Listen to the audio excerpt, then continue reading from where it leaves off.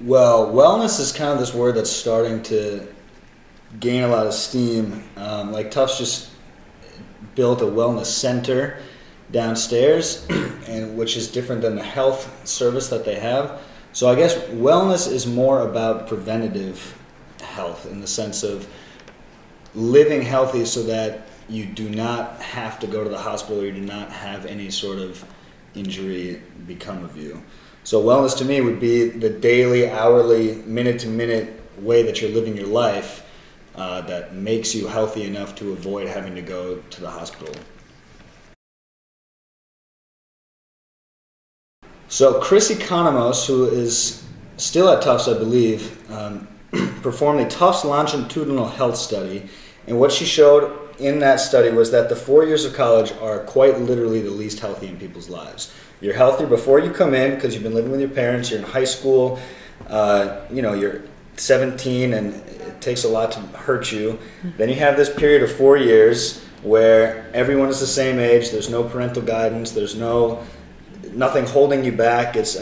College is the time for that in a lot of ways. And then immediately after you leave, and the funny thing is, if any person in college knows anyone that's recently graduated, they know just from looking at them how much they've matured, if you will, immediately. Mm-hmm. Like they get to graduation day and it's like, okay, I'm done drinking now, or I'm going to start cooking for myself now. And it really is amazing how immediate it is.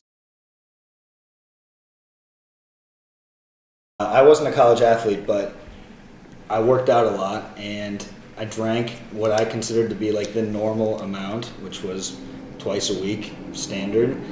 But you just really have no idea. So then what I considered my homeostasis was, what I considered just regular life, like how I feel when I wake up in the day, was just terrible compared to what it was after I left school and I stopped drinking. And any athlete that actually does this, they have a dry season or they have a dry postseason. Anyone that goes a stretch of time, a month or more without alcohol, it's like so eye-opening. And I don't think really enough people do it anymore to the point where they feel how good the body can actually feel. And there's a lot of research that shows that one night of really heavy drinking is going to impact you for almost 3 or 4 days. 2 nights in a row of really heavy drinking is going to impact you for 5 or 6 days. So it's like if that's your weekend every weekend, your whole week then is kind of shot. And although the hangover only lasts the next day, you're still not at 100% for a while. And I just wish, and that's something you can hear it, but until you experience it, it's eye-opening. 3 changes to be healthier. Okay, carry a water bottle, because it's going to make you drink more water. I'd say an athlete in college needs about 80 ounces a day. So a regular Nalgene type bottle is 32 ounces, so at least 2 of those a day, if not 3. Carry a water bottle. Number 2, try to go to bed and wake up at the same time every day. The more regular you can make that and the more you try to stick to that, the more your life is going to fall into place and your body will produce hormonal changes throughout your day at the appropriate times. So it'll actually start to get easier for you to wake up at that hour. It'll start to get easier for you to fall asleep at that hour. If you always are working out at 3 o'clock in the afternoon, your body will start to produce everything so that you're geared up and ready to go. And let's see, the third thing, I'm going to throw this at you, make your bed. There's some research that shows that people that make their beds, and of course it has nothing to do with actually making your bed, but they're more productive than people that don't make their bed. And it does, of course, it has nothing to do with just the folding of the sheets. The point is that when your environment is healthy and successful, you want to be healthy and successful too.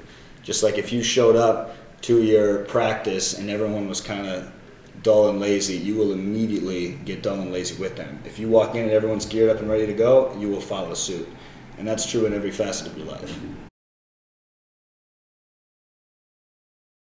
Healthy habits. So in my book I call these things impelling habits. Habits are, there's 8 of them in the book, and it's these habits that when you do them, you tend to see yourself in a healthier light. So one of the first ones is making your bed. You make your bed, you see yourself as this productive and clean person, so you want to live the rest of your life, at least the next hour or so, in that light. Another one is to eat a green salad. I say green salad because if I say salad, someone will eat a mac salad or potato salad and think it's the same thing. Carry a water bottle. To read 5 minutes at least, like pleasure read. To stretch at least 5 minutes. There's 8 of them. I don't know what the rest of them are off the top of my head. But these tiny little things, and there's a ton of research that shows that these little habits will make you see yourself healthier, and the more healthier that you can perceive yourself to be, the more healthier you're going to want to be to live up to that. To figure out how to get all your stuff into the day, I mean, yeah, it's not easy. If I had a one tip, to suggest people to get on the right track would be to write down when they're going to go to sleep, when they're going to wake up, when they're going to eat, and the more specific you can be with stuff like that.